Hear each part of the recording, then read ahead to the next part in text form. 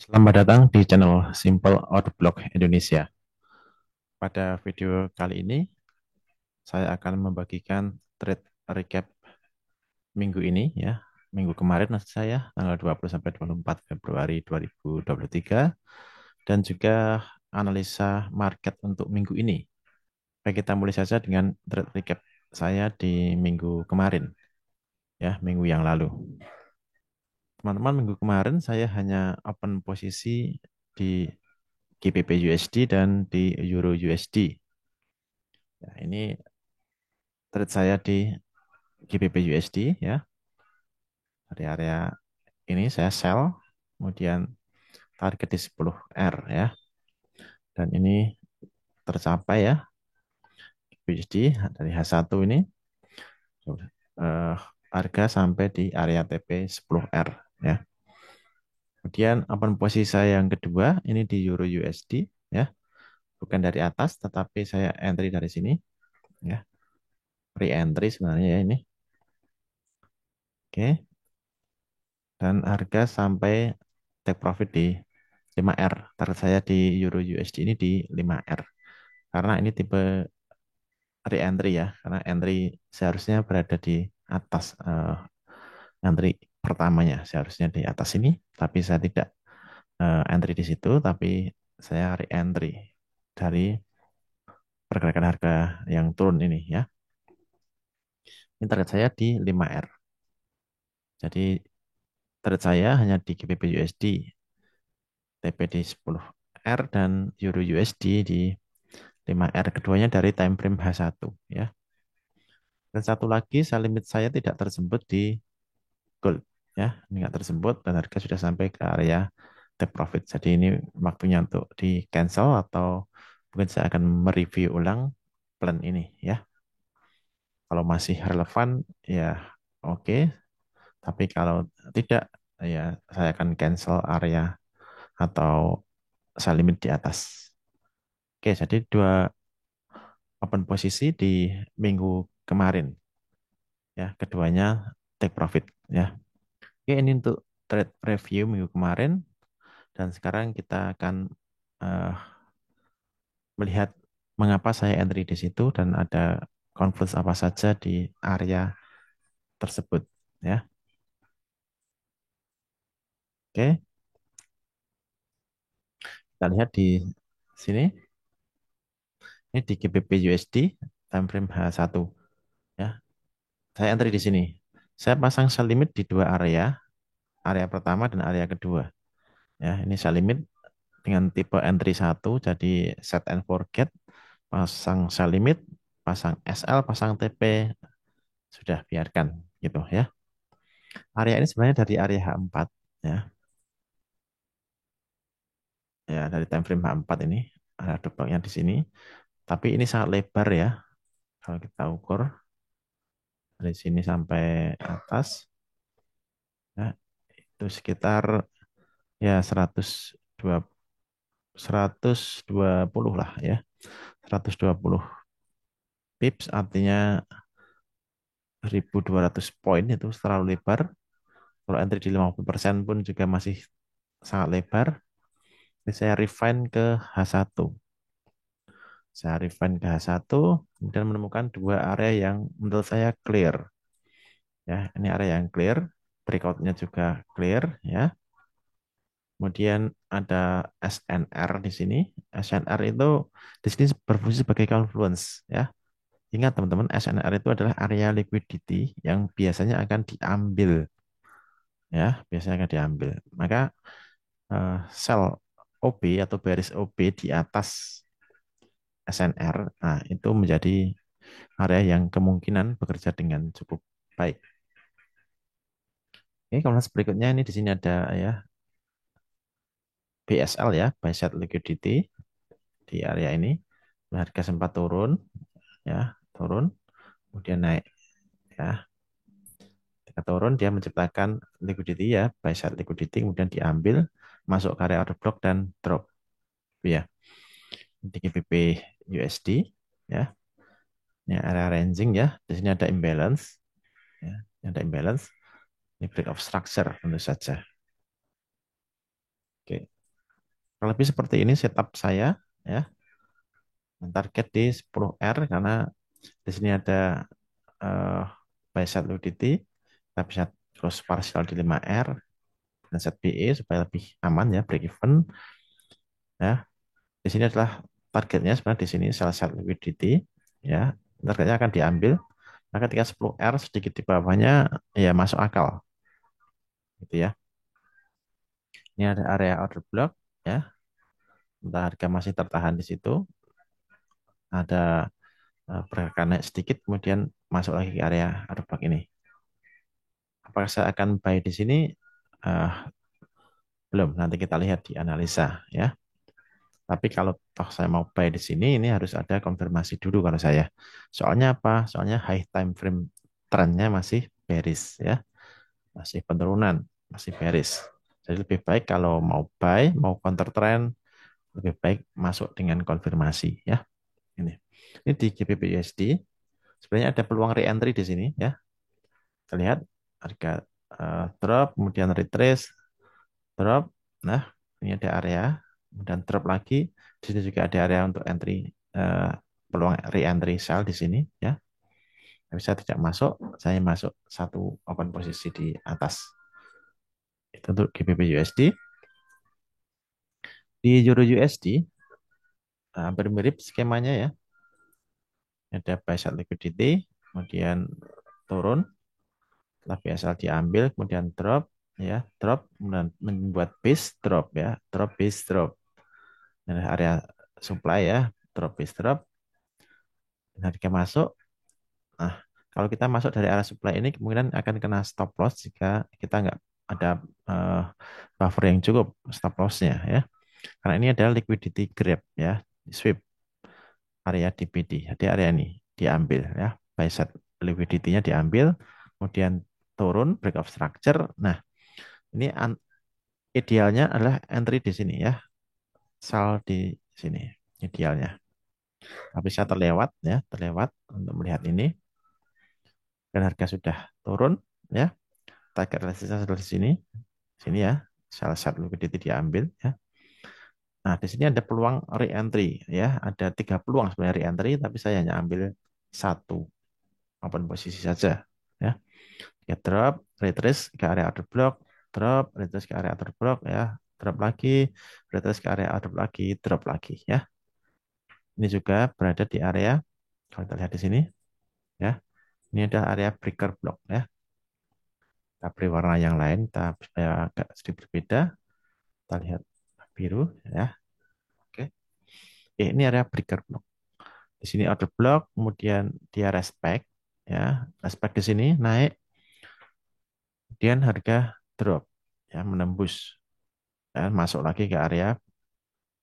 Nah, dari order block berfungsi sebagai breaker block di sini dan harga turun. Baik. Ini untuk di trade di Euro USD ya. Kemudian satu lagi di eh, gold ya. Saya pending order di sini ya di 50% ya di sini. Tapi ternyata harga tidak naik ya. Saya berharap harga akan mengambil buy side liquidity ya, mengambil SNR, kemudian naik masuk ke area order block. Tetapi ternyata skenario saya tidak berjalan sesuai dengan rencana saya. Dan market sudah drop. Oke, ya nggak apa-apa. Itu bagian dari trading ya teman-teman. Oke, sekarang eh, kita lihat, kita lanjutkan dengan eh, analisa di beberapa market untuk minggu ini. Sekarang tanggal 27 Februari ya. Kita lihat analisa untuk 1 minggu ke depan. Di beberapa pair saja ya teman-teman ya. Tidak semuanya. Yang pertama adalah di GBP USD dulu. Ini kita hapus saja. Oke. Kita lihat di daily ya. Tadi si daily. Oke. Ya. Kalau kita di daily, tren besar sebenarnya ini sudah beres. Kemudian di sini mencoba untuk bullish ya, tidak mampu untuk menembus ini, ya ceritanya seperti ini, ya dia drop dari area order block ini ya. Oke, di daily seperti ini. Oke, kita tandai dulu di buy side liquidity di sini. Buy side liquidity di sini. Oke, kemudian sell side liquidity di sini. Nah, ini yang akan menjadi tujuan pergerakan harga selama minggu ini, teman-teman. Ya, apakah dia akan mengambil buy side liquidity atau sell side liquidity ini? Ya, nah, oke.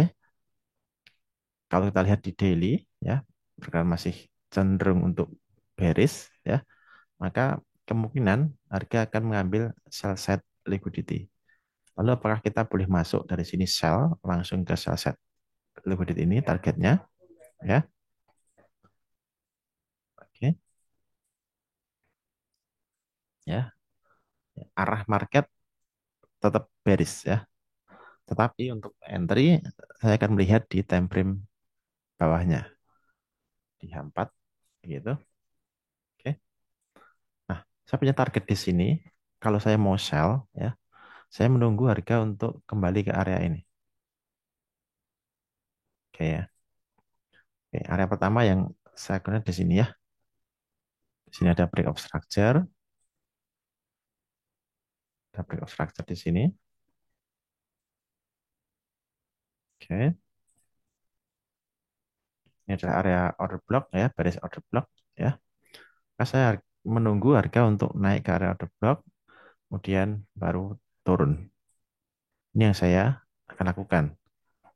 Atau jika dia berhasil break structure di sini ya, ini adalah salah satu liquidity yang dihambat, oke, yang kemudian besar akan diambil ya. Nah, saya akan menunggu harga kalau ini kemudian naik, kemudian baru ini ya. Kalau dia break salah satu liquidity di bawah ini, maka eh, saya lebih suka untuk menunggu di area atas untuk sell. Jadi fokus saya masih sell ya, walaupun ada peluang untuk buy di area order block misalnya atau di area demand ya. Ya, kalau mau entry buy targetnya hanya di sini sampai di area ini ya, order block ini ya. Itu counter trend. Tapi saya lebih suka untuk menunggu di area bearish OP untuk sell di GBP USD. Oke ya. Ini area di GBP USD. Untuk di Euro USD kita lihat, kita remove drawing dulu. Lihat di daily dulu. Lihat area targetnya, harga sampai di mana. Ini buy side liquidity, ini sell side liquidity-nya. Oke. Oke, ini target untuk sell, ini target untuk buy. Dan minggu ini saya berharap harga akan sampai ke sell side liquidity di bawah ini. Ya, ini menjadi target yang pertama. Target yang kedua adalah di sini. Ya, oke. Nah, pergerakan masih turun. Saya ingin melihat di time frame H4. Ya, ya. Ini kita lihat sudah break of structure. Ya, oke. Break of structure di sini. Ya, blok. Ada break of structure lagi di sini. Ya, area the blocknya adalah di sini. Ya, oke. Ini ada imbalance. Ya, kemudian harga saya berharap harga akan naik. Kemudian eh, melanjutkan tren turunnya ya. Nah, target saya ada di sini. Oke, ini area tunggu saya di sini untuk sell ya. Kalau peluang untuk buy, apakah ada? Ya, boleh. Kalau ada, maksudnya dari area ini ya, area ini. ya. Targetnya hanya di sini kalau mau buy ya. Tetapi saya lebih suka untuk entry sell sesuai dengan arah tren saat ini ya. Caranya dengan menunggu di sini. Kalau mau buy di sini, saya lebih menunggu untuk entry tipe 2. Ya, kalau di atas bisa tipe 1. Kalau di sini saya menunggu konfirmasi di low time frame-nya. Bisa di H1 atau M15 gitu ya. Untuk terjadi tren bullish terlebih dahulu. Ya, tren bullish terbentuk di low time frame, baru kemudian entry. Targetnya di sini. Oke, ini di Euro USD, Mas, searah atau sejalan dengan GBP USD ya. Dan di gold ya, di gold ini setup saya di H4 ini masih apakah masih oke? Ya, masih masih oke ya. Ini paling area paling clear sebenarnya ya. Dropnya oke. Ya, di sini ada basic liquidity tapi ini terlalu jauh ya. Nah, area berikutnya adalah saya cenderung di sini. Ini adalah area saya untuk sell ya. Di sini masih terlalu jauh, boleh di cancel ya. Sini.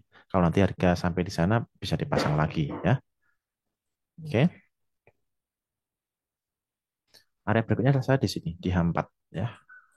Targetnya di mana? Kita lihat di daily, kita lihat ada area oke, kalau kita lihat di sini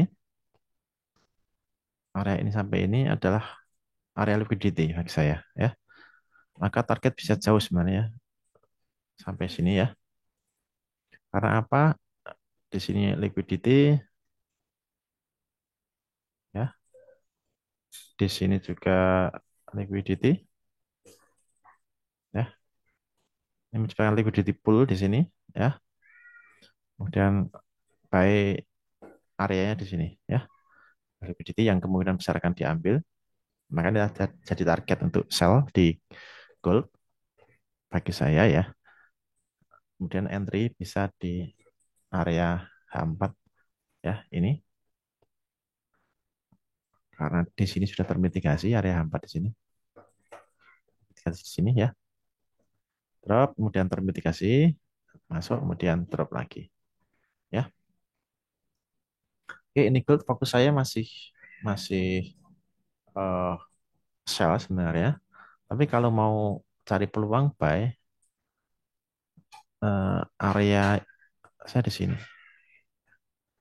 Ya, drop, kemudian ini termitigasi di sini, tapi nggak masalah termitigasi. Ya, kita tunggu untuk buy di area ini, tapi dengan konfirmasi. Konfirmasinya apa? Ketika dia sudah naik break of structure ke atas di low time frame di M15 atau di eh, H1 itu sudah ada pergerakan atau break of structure ke atas dan target di sini di bearish OP. Oke, ini untuk gold. Dan berikutnya kita lihat di Audi USD. Audi USD telah di daily dulu ya. Ini penurunan ya, drop. Oke, kita lihat target BSL di atas ini, BSL liquidity di atas ya. Kemudian sell side liquidity terdekat adalah di sini. Oke. Kemudian area di bawahnya adalah di sini. Oke. Eh, baik, ini area di untuk shell. Kita lihat di H4 saja supaya lebih ya. Oke, kalau untuk shell ini break of structure sini ya. Dan areanya adalah di sini, ini area yang bagus. Conference-nya oke. Saya tunggu di sini ya. Eh, kalau untuk buy lebih baik menunggu di area di bawah ya, bawah sell side liquidity ya. Tetapi area ini sebenarnya kurang clear ya. Di bawah ini area kurang clear. Areanya adalah cukup lebar. Nah, refine di candle terakhir aja di sini. Nah, ini untuk area untuk buy. Tapi saya lebih cenderung untuk mencari peluang sell di Audi USD. Oke, teman-teman itu eh, yang bisa saya bagikan untuk hari ini. Trade recap minggu kemarin dan juga beberapa analisa di beberapa pair ya, di GBP USD, Euro USD, Gold dan Audi USD ya.